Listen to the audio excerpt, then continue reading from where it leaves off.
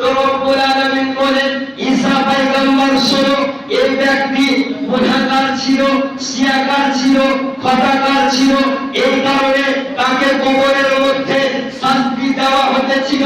কিন্তু এই গুনাহগার ব্যক্তি, শিয়াকার ব্যক্তি একদিন এই কর্ম করে এসেছিল।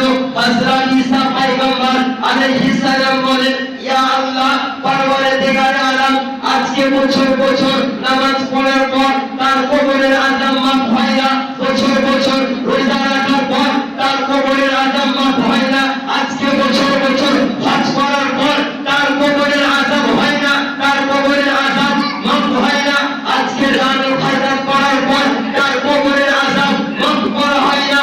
ইয়া আল্লাহ পরওয়ারদিগার আলম, কি এমন নেকির কাজ করেছে যার কারণে এই গুনাহগার ব্যক্তির কবরের আযাবকে ক্ষমা করে দেওয়া হয়েছে?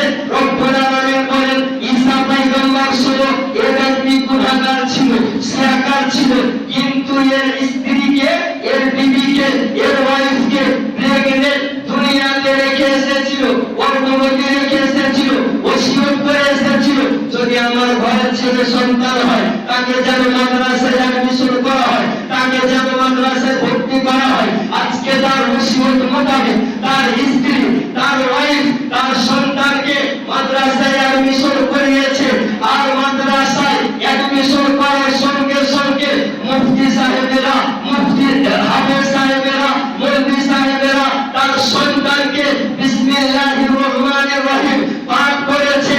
এই ঈসা পয়গম্বর শোনো, যার সন্তান আমাকে পৃথিবীর উপরে, জমিনের উপরে, নীল ভবনের নিচে রহমান বলে ডাকবে, আমাকে যে রহিম বলে ডাকবে, ঈসা পয়গম্বর শোনো, তার বাবাকে আমি কোনোদিন শাস্তি দিতে পারি না, আযাব দিতে পারি না।